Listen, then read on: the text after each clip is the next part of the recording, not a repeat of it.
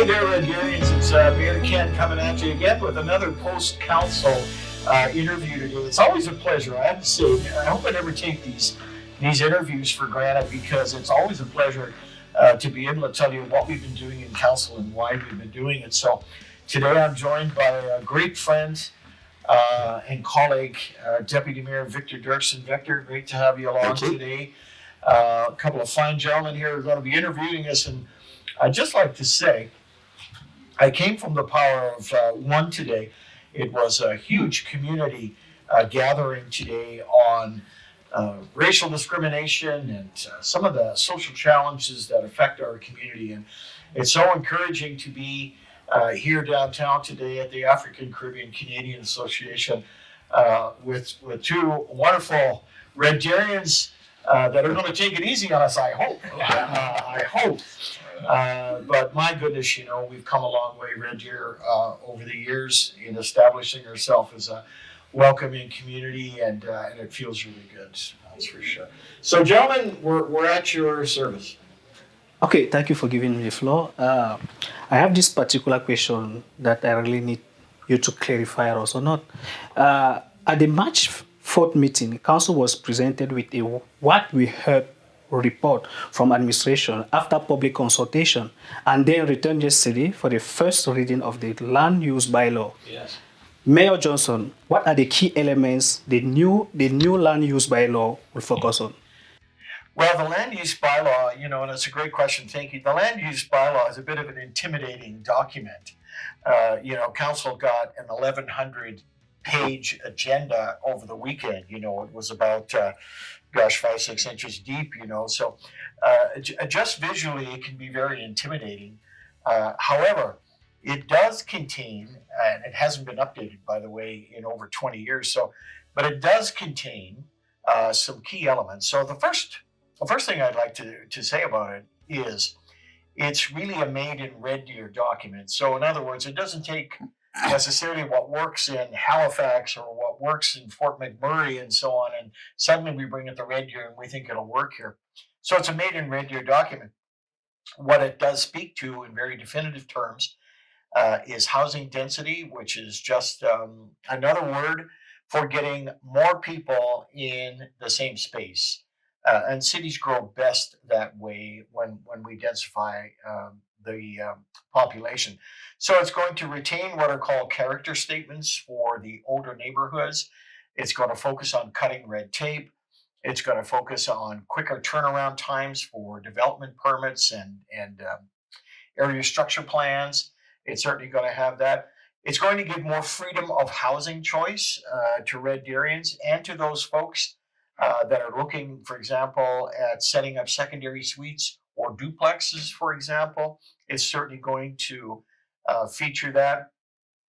It's taken a very, as I said before, you know, sort of earthy approach in that the community itself has really contributed a lot to this document. There's a public hearing coming up, which is actually when council will make the formal decisions on this document. That public hearing will be on the 15th of April, and it'll be very interesting to hear from the public in terms of the development community and the citizenry itself, possibly from some other segments of the community, in terms of how we see housing, how we see zoning, and how we see land use. So a big document, it's a big project, but it's certainly one of the most fundamental ones that we've ever taken on. Okay, thank you so much. Okay, Councillor Doerksen, what are the next steps in the process of approving the bylaw? Yeah, so I just want to add to what the mayor has just framed in terms of the introduction. It's a timely, in terms of the redevelopment of the zoning bylaws, the timing is pretty good because right across this country, there's affordable housing issues. Mm-hmm. And so this bylaw will help to speak to that in terms of our own local context. The mayor already referenced the public hearing on April the 15th. That is probably the most important step that's coming next. It's a chance for council to hear what developers, what residents, what people who live here have to say about the bylaw, whether it fits what they'd like to do.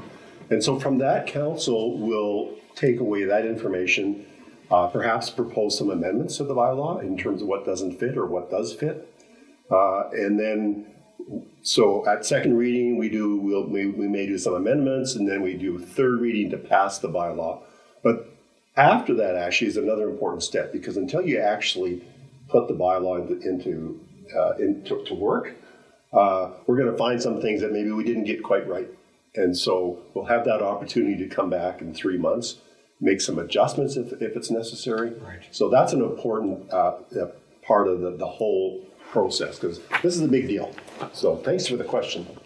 Okay, thank you so much. Yeah. Over to you. Yeah. Okay. Thank you for the information. So if you continue talking on community services master plan, yeah. So earlier this month, council directed work on multi-year community services master plan. Yeah. So please, Mayor, can you talk about this plan may include and where the funding will come from to develop the plan? Absolutely. You know, we talked a little bit earlier about the land use bylaw being an older document, you know, being a 20-year document. Well, the community services master plan is actually older than that. So it really needed a refresh and a renewal and so on. It's the kind of document that really, I'll use the word justifies, meaning why the city should be in a certain line of business or why it delivers the services that it does. And often when council goes into budget, and not just council, but administration as well, often we look at principles that may be outdated now. So in other words, we did it that way 25 years ago, and we have no guiding document to tell us if we should or shouldn't continue on in that way. That's what the community services master plan is really all about. So when it comes back to council, which I suspect, or at least I hope, it will be in time for budget 25, which would be about November-ish. I might be a bit early with that, but anyway, we'll see. We'll see what that looks like. We'll have a lot more bases in principle to be able to approve or not the budget request that administration makes. And by extension, our own public will have an opportunity to weigh in on this in terms of, should we be in, for example, transit? I think that's pretty obvious that we should be in transit. But it may not be as clear, for example, in recreation or culture or whatever the case may be, whatever the delivery points are for services. So that master plan will help us. The cost of the master plan, to another part of your question, the cost of the master plan is budgeted for $300,000. So it's a fair bit of work. However, we are not going into reserves to pay for that, nor are we raising any kind of fee or tax on the public, of course. Administration is going to find that $300,000 inside of its own budgets that it operates in. So we were able to finance it, I think, in a very good way. Much thanks, actually, to Councillor Dirksen, my colleague here, who supported the project and also made an amendment to the motion we were looking at to be able to find the money internally to get it done, which is a challenging item when our money is tight at City Hall. I think all of council was quite happy that he had thought about it in that direction and brought it to us that way. So we're looking forward to a good document. I know administration is very much looking forward to a good document that'll tell us where we should go. It'll be interesting. It's often a point that I tease Councillor Dirksen that sometimes, I think sometimes he sees things a little pragmatically, but he's been proven right many times, and so it'll be interesting to see where we land on this document. Sure. Okay. Councillor Dirksen, please. What does the council environment, this plan, bring to the organization and ultimately the community? Okay, good question. So I'm going to come back to you with a question. Oh. How long have you been in Red Deer? I personally up to 5 months. 5 months? Yeah. Okay, so I came to Red Deer in the 1990s. Oh. Okay, no. so the city at that time was maybe Okay. 75,000 people. Yeah. We're now at 100,000. So the best way to look at a master plan is to kind of look back to what's happened over the last 30 years. So in Red Deer, you will have seen, which you only been here 5 months, probably don't know, but we've expanded our parks and our trails. We've built the Collicutt Center. We've refurbished, built a nice DAW center. And so you look at what's happened before, that's what you can expect in this master plan, is what it's going to look like in 30 years, right? So what new recreational facilities do we need? Where do we need them? What cultural centers do we need? Where do we need them? And how do you pay for it? So that, I think, is what you can expect when we see that master plan. It's going to give us that roadmap as to what we want to see in our community in the next 30 years. So I might still be around in 30 years, but it will be We hope so. doubtful. Might be a stretch for some of us, Councillor Dixon. Okay, I'm really anxious to see that come to happen. I'm really impressed by the way you unveiled the plan. Talking about funding, I heard council denied an emergency fund request from Vantage Community Society Services. Mayor Johnson, can you talk about the request and how council came to a decision? Absolutely. And to the sort of latter part of your question, how did council come there? Well, council came there with with very heavy hearts and minds. I think Councillor Jeffries, talked about a decision of the heart, but that has to be tempered or balanced against the practical realities, that we have. So ultimately, council, in its wisdom, did not support the funding request, and with many good reasons. It was an extremely difficult and emotional, and you could tell there was that that emotion that was in council's voices yesterday and in their faces yesterday as they made the decision. We have a community organization with what I called yesterday a very strong brand, a very strong reputation in the community, particularly in dealing with youth. So in a contractual process, a procurement process, it's called formally, in that process, they lost the funding for that program to another agency.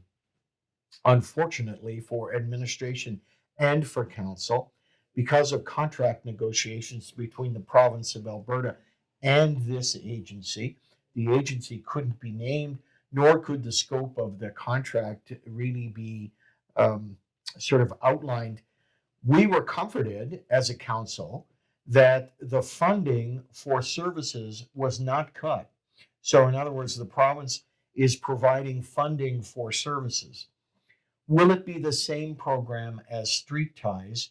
We really don't know yet. And council was also concerned that Street Ties is closing at the end of March, Right. and possibly this new program may not get going until, May or, June. It could get going, which is fine. But there was a concern about a time gap being there as well. The city tries to be the best partner that it can be, the best funder that it can be. There are times when we go outside of our jurisdiction, outside of our mandate. That's where we were yesterday. Council, I think, made a courageous and proper decision yesterday to say no to Vantage. It doesn't hurt Vantage as a corporation. It just means this particular program is gone. But say no to Vantage, but also to express great gratitude for the work that Street Ties has done, and have optimism that the new program coming in will provide an equal or certainly comparable service to youth. So, not an easy decision. Um, I'm not sure which counselor, spoke very directly about how difficult it was. Perhaps all of us did. I know Counselor Dirksen did. Um, not an easy decision to come to, um, and one I think where the community still has great optimism that we're going to be able to continue to serve the affected youth um, in the same way we did. So very Okay. difficult. Okay. Thank you so much. Okay. All right. So if you talk now about shelter, yeah. So the council made 3 decisions related to permanent shelter in Red Deer. So we still keep on with you, Mayor. Can you talk about the process that the council has taken and what the 3 decisions were? Yeah, it was a bit of a difficult day in council yesterday, I will say. Certainly, the shelter item, is one where the community has been heavily invested in. It's been quite a journey for us to try to land this. Yesterday, we made 3 decisions. One with regret, I would say, deep regret. The other 2 of hope. And so the one with regret was that we ceased negotiations on a site that we had thought as council was a good site, was a site that could work for us. Unfortunately, the reality of negotiations is, of course, that you may not reach agreement. You may not reach agreement over price. You may not reach agreement over the size. You may not reach agreement over environmental impacts. Um, a variety of factors. And that's what happened, from that perspective. So that was the first thing that council did. The other one, and this is where I get into the hope side of it, is we want to go to the province now, and I need to sit down with them as early as I can. I've already requested a meeting. In fact, I did that last week. Sit down with Minister Nixon and his team and Minister Williams and his team. So there's 2 ministries affected here. One is housing, one is addictions. Sit down with their teams and get a sense of clarity for the community as to what is the programming envisioned in this shelter, what population will it serve, who will it serve, how will it be rolled out to the community. I think a big stumbling block, a big obstacle, if you will, in the shelter search is the community has not had the clarity that it deserves to hear. And it needs that from the province because this is a provincial project. The city was only in the picture or is only in the picture to find a site. All other matters on that shelter are within the provincial realm. So we need the clarity that we deserve as a community. And we need the direction from the province that enables us to be able to communicate that to our public. The third item was a public announcements around the shelter itself. So my hope is to conclude this meeting with Minister Nixon and Minister Williams, and then come back to the community with that messaging and with that clarity so the community can go forward with us. It's hard to go forward on a project of this magnitude and of this impact without having all of the required facts that would, bring you along or make you want to come and be a partner to. So a very difficult decision. Personally, and speaking for Councillor Dirksen, we've been at this now for 2.5 years. This was our 4th site that we couldn't get moving on, and we've looked at 130 sites in our quest. So it's a little, I will say, emotionally fatiguing in many ways. However, better we get it right than cite something that isn't going to work. We need to get this right and put people at the heart of what we're trying to do here. So there you have it. I'm not happy about it. I don't think the community is happy about it. I don't think anybody is shocked by me saying that, but that's the reality of where it's at. Okay, so Councillor Dawson, so in continuation with what the mayor just said, so where does the council go from here? Yeah, that's a very good question, and the mayor's already alluded to some of the next steps, and so I'm just going to kind of carry on with that. I think there's been kind of a disconnect between the city and the province. The city has always asked the province, tell us what your operating model looks like. What's going to be included in a shelter? What kind of services are you going to have? And show us what that is, and then we can properly know where the right site is. The province seems to, in other jurisdictions or other places, has kind of said, we're going to pick an operator and we'll let the operator tell us what their services are going to deliver.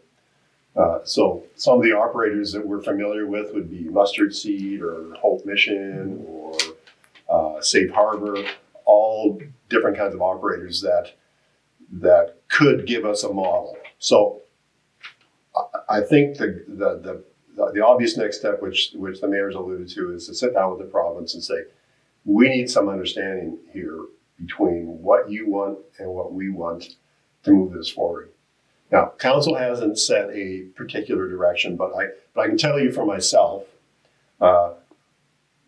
we have to make another temporary shelter decision come next year, about a year from now, on the current location. We better have a site and a model in play by that time, before that decision. That would be my personal objective. It's not necessarily a council objective, but I think it's important because the community really wants some certainty on this issue. Yes. And the city wants certainty on this issue. Our staff wants certainty, because we want to get on to other things, right? Yes, More that's important true. things. So it's this file has been going on before I got to council. It's carried on. And oddly enough, I just got an email on the way here today that on April the 2nd, the chamber is going to come up with their recommendations, because they've been doing a shelter study too. Oh. So it'll be really interesting to see what they come up with. And because we're not the only people in Red Deer that have ideas. And so I'm hopeful they'll come up with something that maybe can help us move this forward. So great question. Thank you. Yes. Okay, thank you so much. Thank you so much for the light and for clarifying public opinion. So I would like to know, was there anything else from yesterday council meeting that you would like to mention? Yeah. I want to talk about Councillor something. Dirksen, please. I'm going to step in here. You know, for a guy that said he was a little shy, I will say this, folks. Before we went on the air today, Councillor Dirksen says, I don't really, I'm just going to let him take it, But anyway, so welcome to the camera there. Big fella. Well, it's an old media lesson. Oh, there you They have it. can't print what you don't say. But something that we talked about yesterday, which I think is I really like it, so that's why I wanted to talk about it. Totally. Is utilities. Now, you guys may not. A lot of people in the community, you kind of forget about what's under the ground, right? So we've got electrical conduit, we've got sewer pipes, we've got water pipes, we've got storm systems. That takes a lot of resources, and people just make assumptions that when you turn a tap on, that there's water that comes out, and that you can drink it, right? Or you hit a light switch and the light comes on, right? The one we talked about yesterday was stormwater. Now, stormwater is what we're experiencing right now. The drainage system, as the snow melts, the water has to go somewhere, right? So we've got a whole infrastructure in place to funnel that water into holding areas, and it's got to work, right?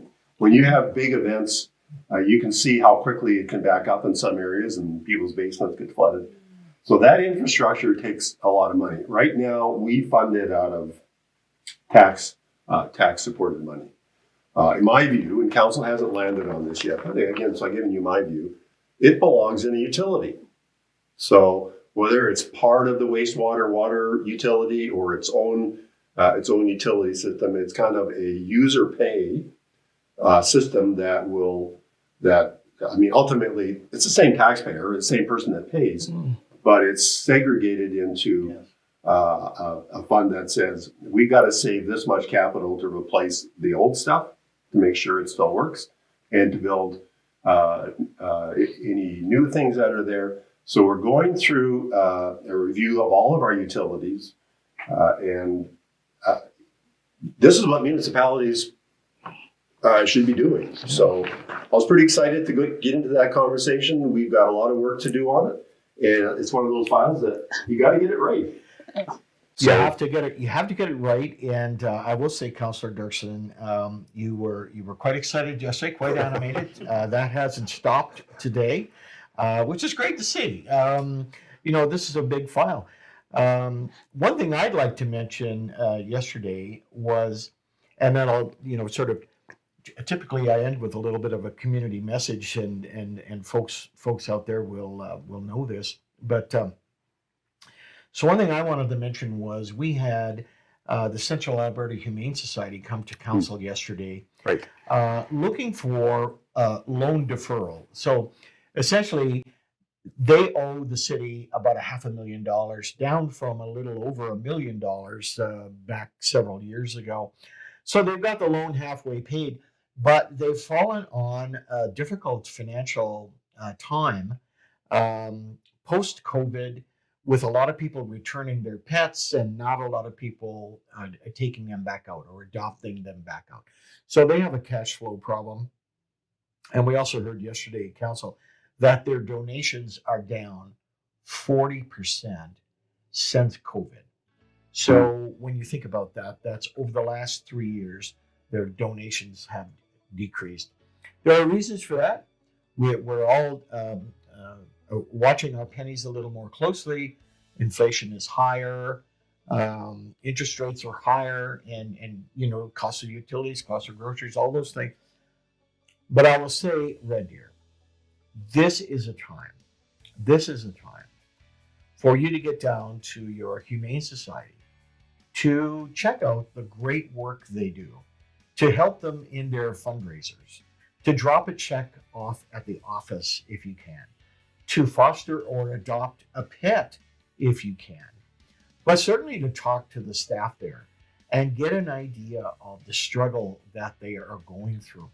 This is a society and this is a service that provides support to pet owners, to animals, obviously themselves, primarily cats and dogs, although they have some rabbits in there and God knows whatever else. I last toured there about 4 months ago, but this is a time when the Humane Society needs our help.